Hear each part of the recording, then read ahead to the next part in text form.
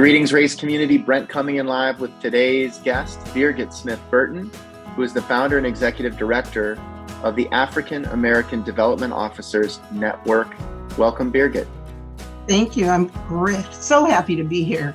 The gratitude that's coming from me when I get invited to share is overwhelming. I love to talk about this work, and I love to talk to people who are interested in hearing. So thank you for the invitation. Well, as I told you before we started recording, I have been so inspired by your work from afar. And for many of our listeners, you know that oftentimes our guests are folks that I've had the opportunity to connect with or collaborate with informally or formally via the case community, via our customer community.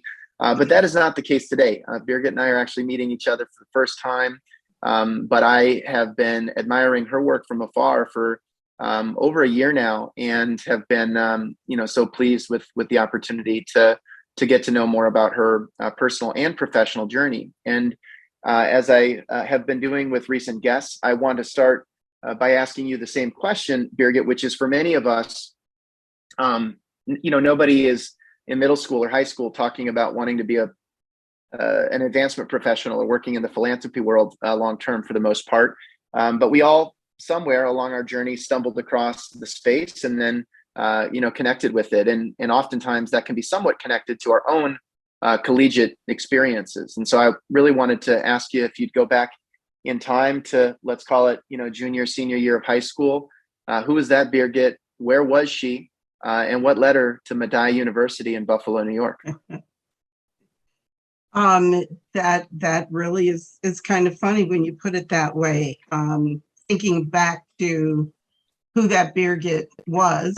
So I was Birgit Smith at the time. I hadn't gotten married yet, and I was 100% focused on a theatrical career. I studied voice for 8 years, classical voice for 8 years. I was doing dinner theater. I was in the high school musicals, studied piano. So I was actually on my way to the State University of New York at Fredonia. And the university had a musical theater program, and it was a combined music and theater program. And Brent, they only took 15 freshmen a year, and over 800 applied for those 15 slots. So I was focused, got in, and was on my way. And believe it or not, I'm so I'm sad to say, but maybe because of how my career turned out, it was a good thing in a way. But I had an advisor who sat me down and said, I think you should choose another career. And I was mortified because I had gotten into the program, and he said, oh, it's not because you lack talent at all, but because I just think as a Black woman, your journey is going to be harder. And so, you really should think about going in another direction. And what was interesting about that is, yes. Who was that advisor? Because that's a pretty bold recommendation. You know what? I don't remember his name. I think it was Ron something. And, I can see him, sitting there telling me that. I'm going to say he might have only been like 10 years older than me. But yeah. And so both my parents are deceased now, but they both had, lived through the civil rights movement. And my dad, joined the Air Force the year that the Air Force became the Air Force, from the Army Air Corps as a Black man. They never knew why I left. If they had known, they would have marched my butt right back to Fredonia to finish the program. But I left. Long story short, I changed my major, went to Medaille University, which was Medaille College at the time, and I majored in media communications, focusing on a career in broadcast journalism. And the end of that story is, while I was doing an internship, I tripped into nonprofit organization and was bitten by the fundraising bug, and the rest is history. Well, I would say that, broadcast journalism being a cousin of the performing arts, and Yes. and I imagine you had an opportunity to use those skills. I'm very tempted to ask you to sing us a song, given the 8 years of history. I mean, have you been able to maintain music as a part of your life, or No, not so much? I'm the typical belt out the songs in the shower, and I hold full concerts in my car. You know, I'm one of those people you pull up next to at the stoplight, and I'm, fully into something.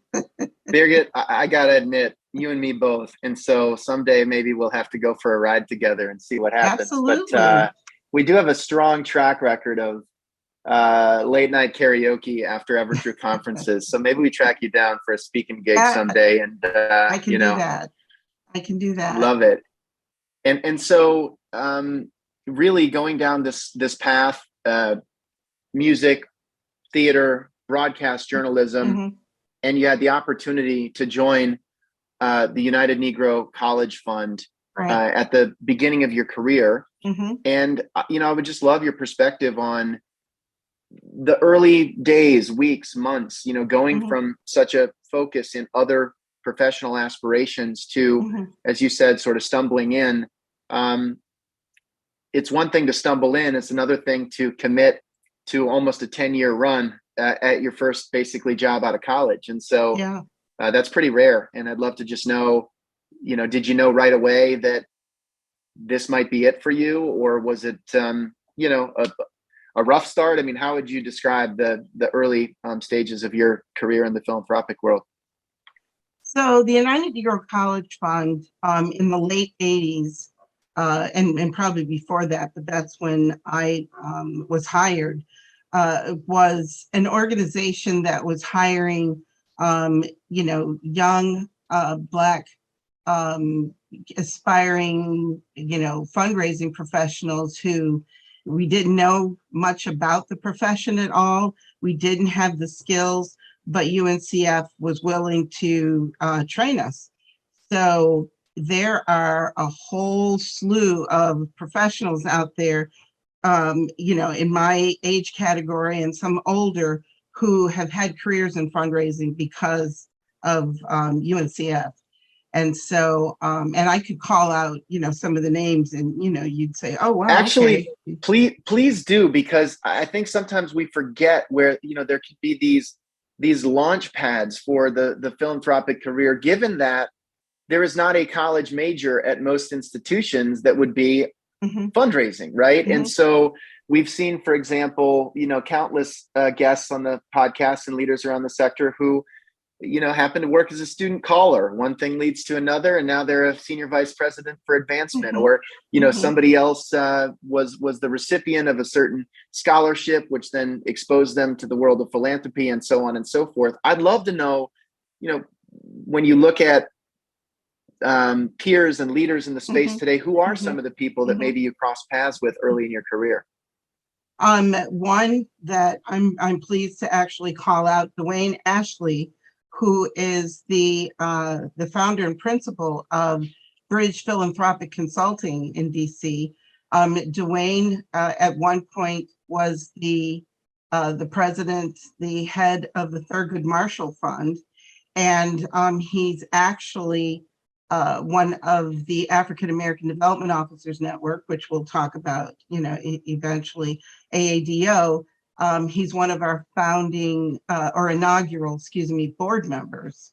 And he and I recall, back in the day, being very, very young and novice fundraisers, having no idea that we were going to have, this incredible career in fundraising as a result of, our work with the United Negro College Fund. And, there are many others. And if I start calling them out, I'm going to forget some key people. But there are many, many of us who have had careers in fundraising as a result. So what I was just going to ask is, as you reflect on your time at the United Negro College Fund, what are some of your favorite experiences, memories, events, people? I mean, just what stands out as being maybe some of the highlights that help solidify your interest in the world of philanthropy?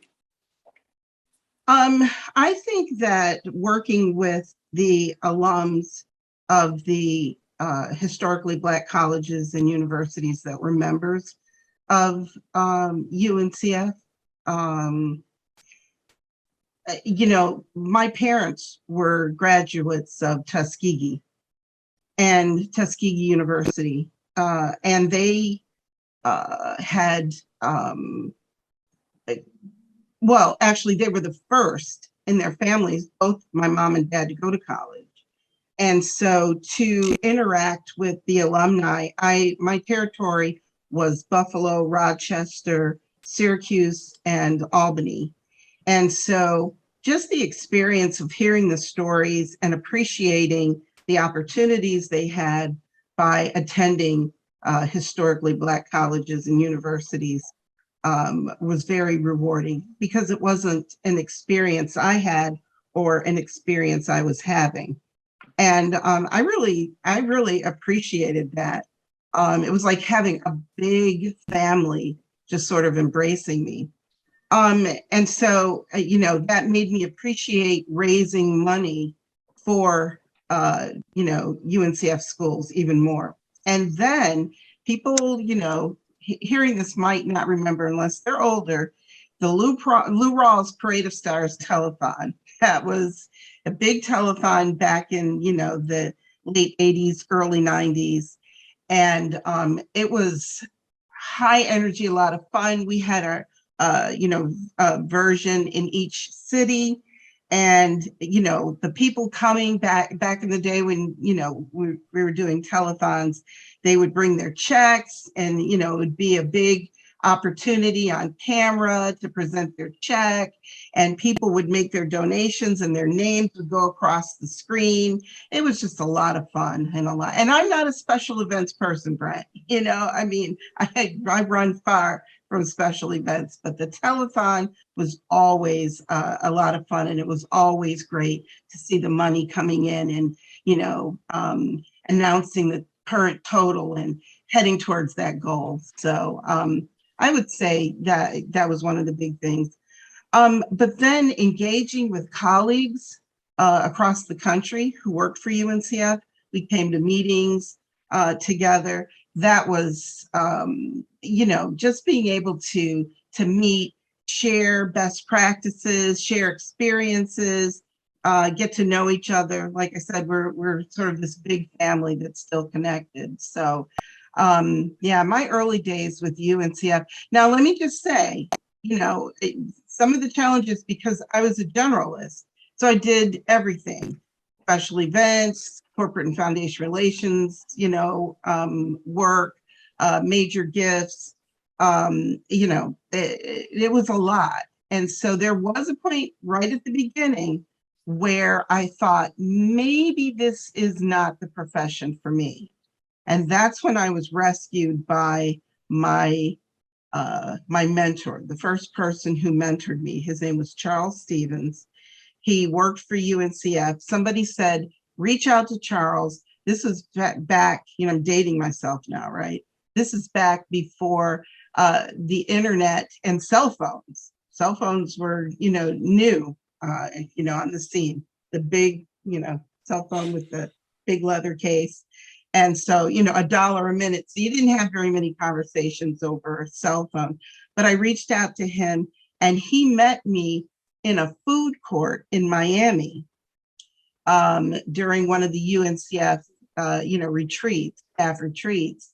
And he spent nearly 3 hours with me. And he actually talked me off the ledge, helped me understand how I could contribute to the profession, and how I could enjoy being a fundraiser, and what impact I could have, for the organizations that I would work for. And he hit the nail on the head. He was absolutely right. I love it. Thank you for sharing such a poignant memory. And for sure, one of the recurring themes on this podcast has just been mentorship and those sort of career inflection points where somebody intervenes and makes the introduction or provides the pep talk. And I think about it relative to the movie Back to the Future. It's like there are those moments when, before this or after this, right, history starts to move in a different direction. And, Right. Maybe the African American Development Officers Network wouldn't exist if Charles Stevens hadn't sat you down for 3 hours in a food court in Miami, Most definitely. The other thing, and this kind of fast forwards, but we can come back.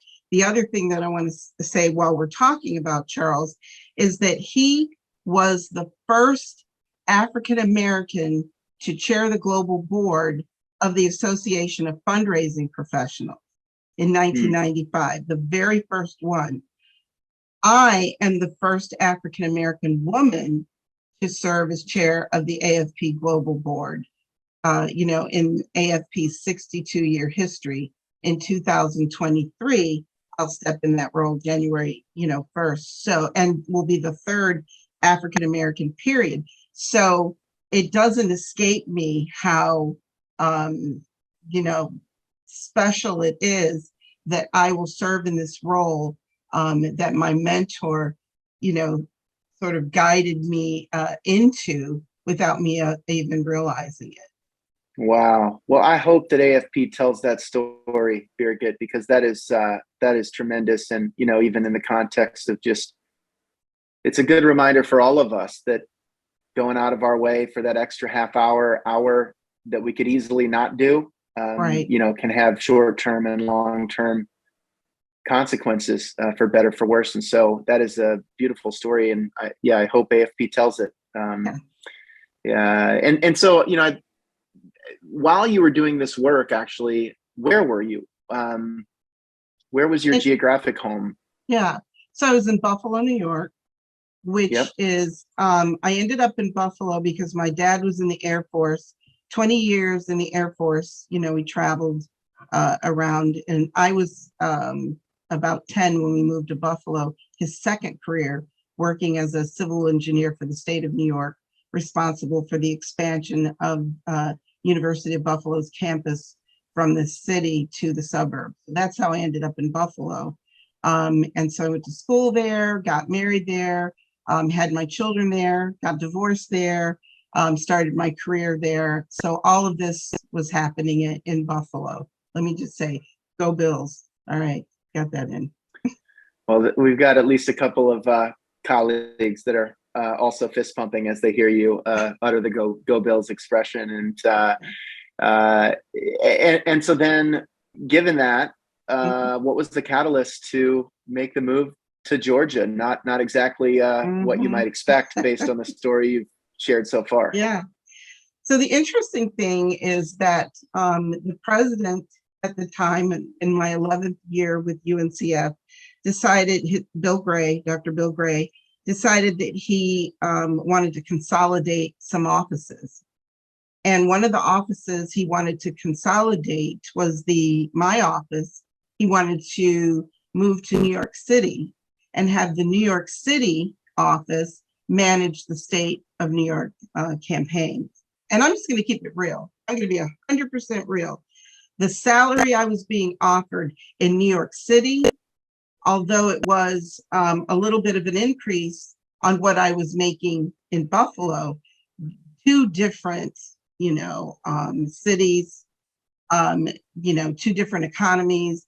And so when I did the numbers, my salary actually decreased by almost $18,000 if I moved to New York City. So I cost decided, of living adjusted, basically. Everything. Yeah. Mm-hmm. So I decided to look for another job. And I was given plenty of time. I mean, when they decided to close the office and consolidate it with the New York City office, I think I had like 9 months, to make a decision. And the truth was, I had been raising money for UNCF for 11 years, and it sort of felt like I was moving from selling Mercedes-Benz to, selling Audis or something in the same community. It's not that anything was, another organization by comparison, or, wasn't as good. It was just that people were accustomed to me doing what I did, working for UNCF. And it just was going to be hard and confusing. Oh, wait, okay. Oh, now you're doing this. Oh, okay.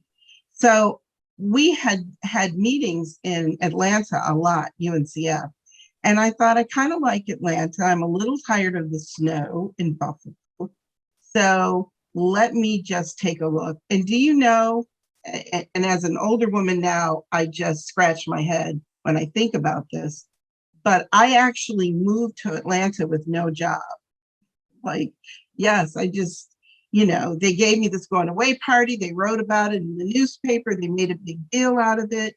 And I packed up, and my kids were finishing high school with my ex-husband, and I moved to Atlanta with no job, moved in with my cousin, and started looking for a job. And somehow Georgia Institute of Technology was in my head. I have no idea why. I think that one of the people who served on the national board for UNCF was Jonathan Bush, the president's brother, first Bush's brother. And I had engaged with him a few times, and he had mentioned Georgia Tech and the Rambling Wreck from Georgia Tech. And I think that's kind of how I got in my head. Anyway, I applied and I got a job, and that started my 25-year career with Georgia Tech. In a sector where one of the biggest consistent challenges that we hear cited by leadership, and I think especially right now, is turnover and short tenure and job hopping and whatever it may be called. Very, very few people can say, and that started my 25-year career with insert singular institution. Right. Especially when you're talking about Georgia or bust, pack up the car, crash with a cousin, see where it lands. Right. You don't do that if it isn't a really good fit. And when did you realize it was a good fit? And what kept you there for 25 years? Well, thanks for asking that question, because I love to tell this. When I started at Georgia Tech in 1998, I was the first frontline fundraiser of color that Georgia Tech had ever hired. And so within a few months and within a year, I had decided that I was looking for my community. Not that I felt, any kind of way at Georgia Tech, in those early years that made me feel that I wasn't appreciated, respected, that there was racism or anything I was dealing with. But I had worked for an organization, my first fundraising job for 11 years, with an organization that was 95% people of color. And so I now work for an organization where, it was 95%, not people of color. And those other, people of color were in administrative roles. So I was looking for my community, and I went where I knew, the HBCUs in the Atlanta University Center, right down the street from Georgia Tech, the schools that I had worked so hard for 11 years, Spelman, Morehouse, Clark Atlanta University, Morris Brown.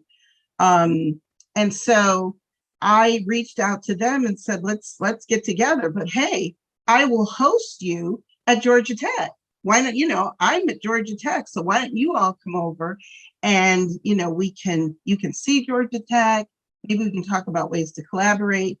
And that actually started the African American Development Officers Network, because that first gathering, 25 of us, we had such a great time. And then it was written about the next year. It was written about in a magazine called Issues in Black Higher Education, which is now Issues in Diverse Higher Education, but they wrote an article. And so that began the African American Development Officers Network annual conference. And really, that was the reason that I stayed, because I was given such an opportunity by my vice president, Barrett Carson. He was so supportive of it that for the first, I don't know, 3, 4, 5 years, he paid for it.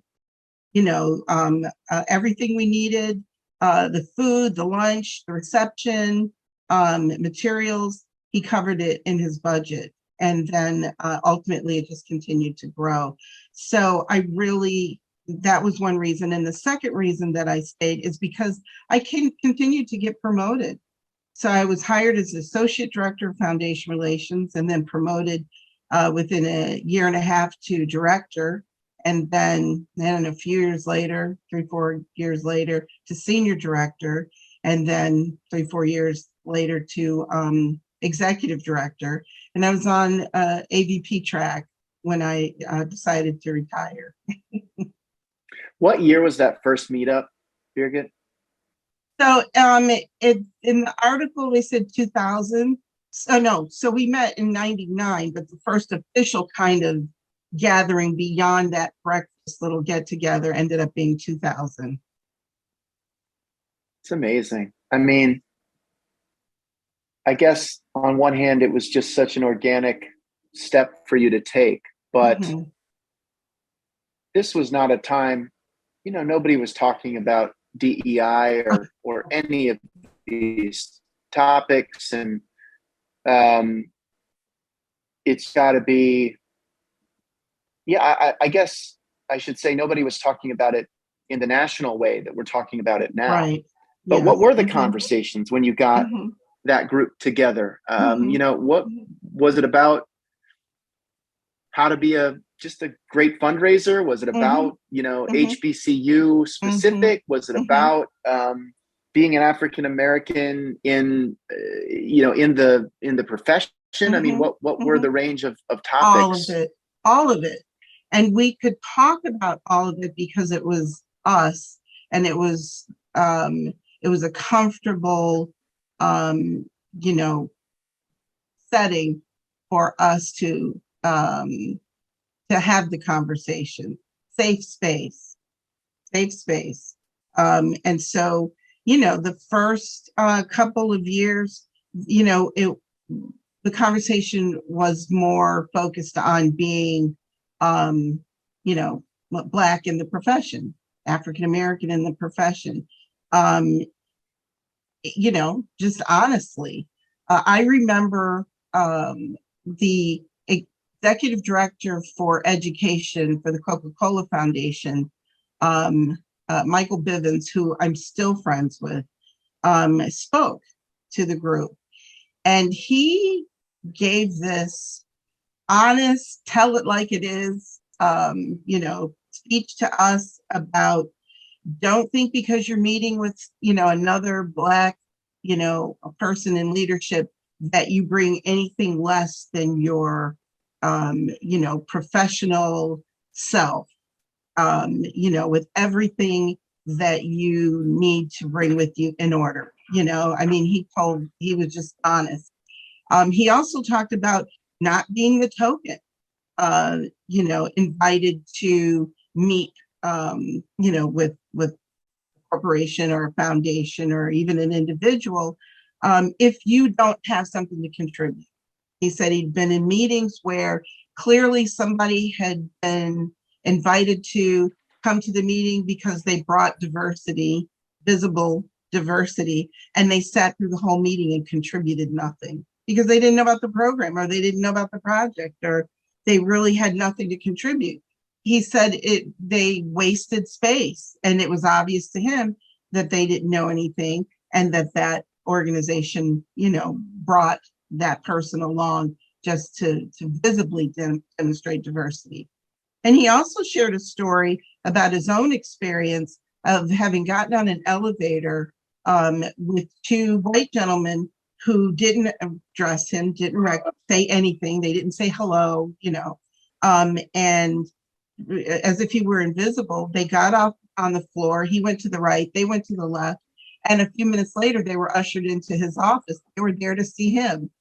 And, when they walked in the room and saw him, same man that had just ridden up on the elevator with him, they were mortified because they hadn't bothered to speak to him. So the beginnings, Brent, was a lot more around talking about our experiences. And then we moved in to talking more about, being a professional. And what do we need to, what kind of education do we need to be, a good professional? And so the interesting thing about that was that, color didn't factor into it. So we didn't have to worry about being the only person of color or the only Black person in a room talking about the subject matter. That was not, a part of the discussion. We were talking about how do we become a better major gifts officer? How do we work through moves management? But you weren't sitting there learning this and looking around the room going, I'm the only person of color in this room, Yeah. I mean, look, there's always an element of just getting kindred spirits together with some Yes. shared experience, right? I'm sure within the group, people were very different, right? Different Yes. perspectives and interests and backgrounds and skills and a common experience, right? And so it sounds like, it's partly a little bit of, group therapy and, just kind of camaraderie, and then, also professional development. And I guess on that note, I would be remiss to not ask you, and I'm sure a lot of your conversations these days are about AADO and about kind of this aspect of your work, but you're also a 25-year foundation relations expert, and you probably don't get asked about your expertise in that regard all that often right now. And so let me put you on the spot a little bit. And for our audience who has maybe a corporate relations or foundation relations team, but hasn't worked in that space, what is foundation relations 101? And, if you were to kind of summarize maybe the missed opportunity around foundation relations as you think about what worked really well at Georgia Tech and maybe what you've heard not working well elsewhere, how would you summarize that for our audience? So, the entire 25 years working at Georgia Tech, that's the space that I worked in, working with private philanthropic foundations. And when I first came, so let me just back up just a teeny bit. When I was with UNCF and, I was the generalist doing everything, I decided, hey, we need to reach out to private foundations. And this was back before foundations were on the internet, online. So you had to write to get, their annual report or their, requirements for applying for grants. And, it's kind of funny. I got a foundation directory. The New York State Private Foundations Directory is probably about this thick. And I looked up the section that said education and identified about 100 foundations throughout the state of New York that supported education. And UNCF sort of had, a proposal that you filled in the blanks on, made it more regional, to your area. And I sent out these 100 letters. And also, please appreciate that this was, I'm just really dating myself. I'm laughing when I think about this. This is right at the beginning of computers, but we were still using word processor. So each letter actually had to go into the word processor, and you sort of, kind of lined it up, and you had typed in all the information, you hit print, and each letter printed individually, okay? And then, signed it, sent it out. So I did that. It took, 2 days to send all those letters out with my assistant. And then I sat back and I waited for all the money to roll in. And one by one, I got, rejection letter. And it was the standard, the same thing we all know now, thank you We don't have the funds to support every organization that, is what is deserving, blah, blah, blah, blah, blah. But I got one letter, Brent, that said, "Dear Miss Smith Burton, clearly you did not bother to read our guidelines, because if you had, you never would have wasted our time or yours in sending this letter to us asking for a grant." I was mortified. I flipped through the book, found it, and it was a community college, in such and such county that supported students that graduated from so-and-so high school with major, you know what I mean? Just none of it even fit. And so that's when I decided I need to learn how this works. And I figured out how it worked, and ended up getting a $500,000 grant from the Statler Foundation in Buffalo, New York. So fast forward to Georgia Tech. And, I got this job as associate director of foundation relations. And I was like, what am I going to do? There can't possibly be enough work for me to do, because even though I figured out how to approach foundations, I'm the associate director. And this is what I do all day long, when I just come from, being a generalist, and I did everything, special events, major gifts, blah, blah, blah. And that's when I really discovered the work of private foundations. And in the beginning, you sent a proposal in, they sent the check with the award letter. And then a few years in, things started changing, and foundations started becoming more and more invested in supporting what they were interested in. And that's when I really learned, and this is what I advise people all the time. Someone said to me early in my foundation relations work, if you know one foundation, you know one foundation. And so I think it's extremely rewarding work.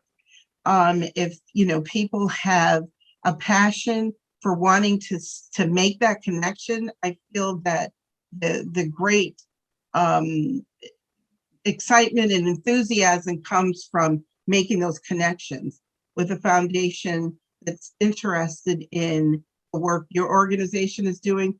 Or at Georgia Tech, I could have been looking for support for our arts education program, to scholarships, to epitaxial graphene, or any kind of research or program, and learning how to make that connection. Sometimes it means building a good relationship with that foundation. I have relationships that I will take with me to my grave with foundations, private foundations. But I also have an understanding of big national foundations like the Ford Foundation or the MacArthur Foundation, where it's not just going to be the relationship, it's going to be the work that you're doing, the credibility that aligns with what their mission, and focus are. So I'll end that rant by saying, I find it extremely rewarding. And if anybody listening, has that feeling of, I want to find how you work with a private foundation to understand what their interests are and how I can connect them with this amazing work, then that's the space for you to plug into. And it's been rewarding for me for 25 years. I think, one of the areas that maybe you can touch on, and then I want to bring it back to AADO, is the dynamic is different, because you have foundation objective, and then you have, in Georgia Tech's case, institutional priority and impact area. Yes. But then there's sort of at the foundation, you've got individual funder, decision maker, and then you've got Birgit. And so there's all of this different connection of our institutions aligned, but then how much of it is I really like Birgit, which I would imagine as a foundation, you don't really want to be your driving factor, but people are people, and people make foundations don't give money. People give money, right? Who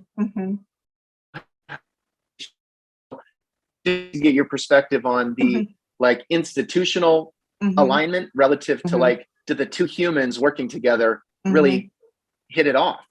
Yeah. Yeah. Well, I'm glad you bring that up because that really is an important part of it. So, foundations will note that when it comes to institutions of higher ed or even organizations, what is the top priority of that organization or that institution, and does it align with what we're funding or we're interested in? Sustainability, the environment. Are you doing work in that area? So that's hugely important. But the other thing is managing expectations. And so managing the expectations of your institution, this is our focus, this is what's in our strategic plan. Is it aligning with the interests of that foundation, that especially if it's a foundation that can award a multi-million-dollar grant?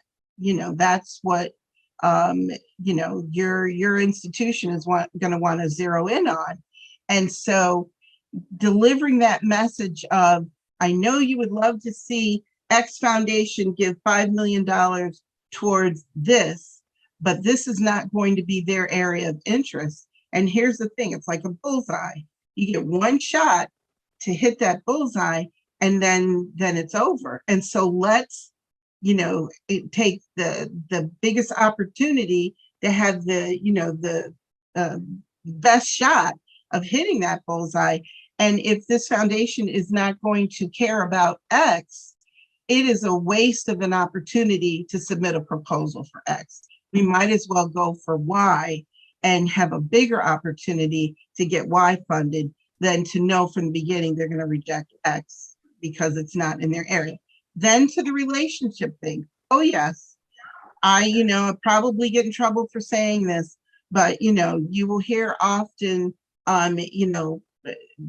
it will be said that relationships are important, but they're not going to, always be the reason that a foundation might be interested in moving something forward. I could cite examples of times when I feel that the relationship, whether it's me, could be a great relationship with the president, could be a great relationship with a researcher or a faculty person. A program manager has made a huge difference because people, interact and engage and like people. And I've seen the exact opposite happen. I actually brought a foundation to Georgia Tech once, and one of my colleagues was just a little bit rude with the program officer. Program officer pulled me aside and said, if you weren't here, we'd be packing our bags and we would be out and not considering a grant because we really are not interested in working with that person. So, yeah, it does factor in there at times. It's a great example. Thank you for sharing. And yeah, it's the human to human, even in the context of institutional priorities. Now, when I look at your LinkedIn profile, it says that you're the founder and executive director of the AADO network starting in January of 2022, but it sounds like more like the year 2000. And so tell me about the journey to go from, let's call it, informal network to formal network to your retirement, which from where I sit is not much of a retirement at all. I hear that at least once a day, Brett. So here's the quick journey on that. So AADO, was just a network and, led by me and volunteers every year who would give their time and their energy to help with our annual conference. Other things that we did. We had quite a timeline of projects that AADO did, but it needed to be a nonprofit, a 501c3. And so about 4 years ago, we started working on the application. I worked with a woman, her name is Anna Barber of Barber and Associates, a good friend. She helped pro bono. to complete the application. And a couple of years ago, AADO formally became a nonprofit organization. We had the founding board, and we wanted to grow further by expanding the board. Let me just make a note to all your listeners. Do not bring on 18 new board members at one time. That was very ambitious. They are all fantastic. If you go to the AADO website, you will see them. They are phenomenal people. I love and know every single one of them. We vetted that down, the inaugural board of 4 of us vetted that down from 120, 130 original people that were named as potential board members. And so, but I needed to move from, a passionate volunteer, making things happen like the wizard behind the curtain, to the executive director. And so to do that, I really needed to step away from my full-time, state job, to serve as the executive director. So I did that in December. And I am back at Georgia Tech on contract. They call it RBW, retired but working. I'm working 49% of the time because they still have not, appointed my replacement. We're getting close. I'm helping with that search, and we hope to have that completed in another month. And my successor will step into my seat, and I will help with the onboarding and, and making introductions. But founder and executive director is what the board felt that my title should be.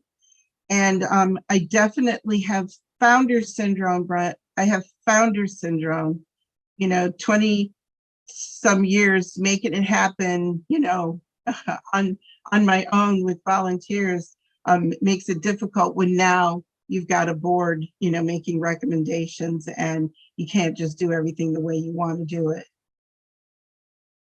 Not bad. I'm not complaining, because everything they want to do is great and they are passionate and committed, but I'm just not used to answering to a board. Well, I have been through that journey myself, and anytime you want to have an empathetic ear, you know where to find me. I will in call the time you. that please do. In the time that we have remaining, maybe a way to close is just, what's your vision for AADO, and how can our community learn more and maybe help out? So, the big vision, and always has been, is to grow the pipeline of fundraising professionals of color. A few years ago, I said I'd love to see over the next decade 1,000 professionals of color, in the fundraising profession. And so, we're doing things to see that happen. We created a few affinity groups. So we have Men of Color in Development, which is an affinity group of AADO. Also, Rising Professionals of Color. So these are other entry points into AADO and ways of supporting and managing, growing that pipeline. I have started working with organizations to create internship programs. So right now we're working with Best Friends, and there are 2 interns that are a part of this program. And so we're helping Best Friends in onboarding their interns. We serve AADO, myself serves as the liaison between their managers and the interns, because we want them to have a good experience. If they don't have a good experience, the first time that they, are introduced to this profession, they may leave and not come back. And we don't have a chance to, sort of recapture them, into the profession. So we want to make sure that they have a good experience. And so this is a part of what we're doing. Partnering with the Association of Fundraising Professionals, because, the demographic study a few years ago for AFP noted that 9% of the membership were people of color. 4% of that 9% are African American. And so that's a very small percentage. And so, we're focused on partnering with AFP to establish AFP collegiate chapters at HBCUs, because AFP has collegiate chapters all over the country, but only one or maybe two at historically Black college. So that is our first goal, to increase the numbers of fundraising professionals, and then to support those who are in the profession, help them with finding that right job. Our website, we have over 8,000 views a month of our job postings, and it's been incredible, the amount of job postings we've been able to put on our website, because organizations are really trying to be more visible in posting their jobs, in our community. And providing education and professional development to our membership. Can I ask what the impact of the technology adoption that we've gone through as part of the pandemic has meant to the organization? Because it sounds like you were grassroots, let's meet up down the street here in Atlanta.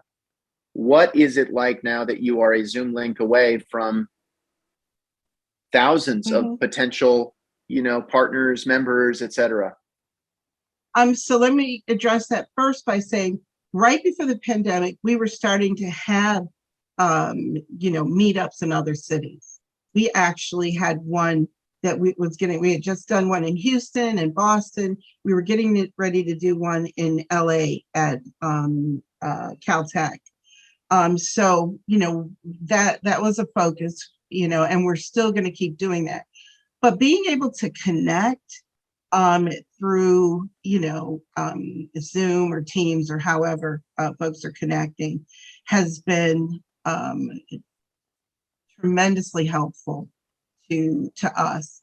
People who are in the Pacific Northwest, in communities where they are one of only a few professionals of color who have felt, we could plan to come there and do something, but there aren't going to be that many people to meet up.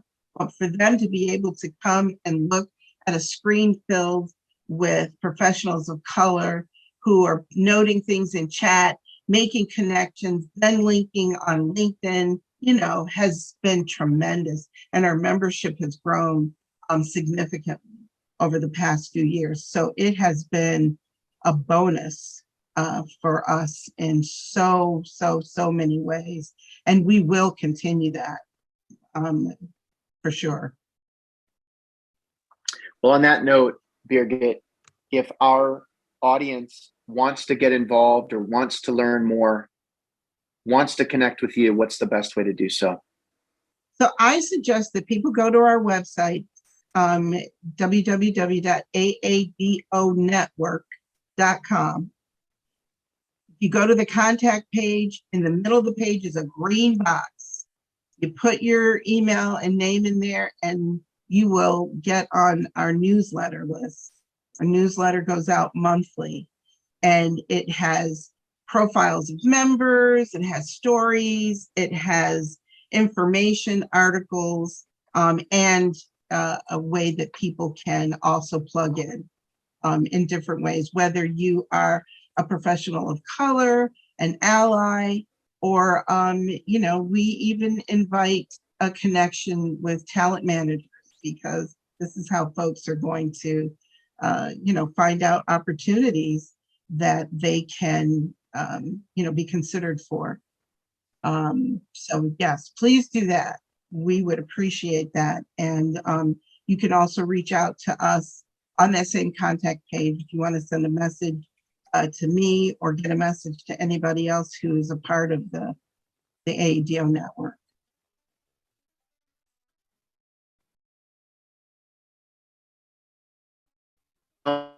Going through right now, so consider me a friend and an ally, and if there's anything we can do to support your work, I'm hopeful that there will be opportunities for future collaboration. But I just want to say thank you for sharing your journey, and Thank you. My pleasure. I am really looking forward to some future karaoke. So start thinking about what we're going to be singing. Okay. Sounds good. I'm up for it. All right, you. everybody. Well, with that, Brent signing off with today's guest, Birgit Burton, Birgit Smith Burton, founder and executive director of the African American Development Officers Network. Thanks, Birgit. Take care, everybody. Thank you.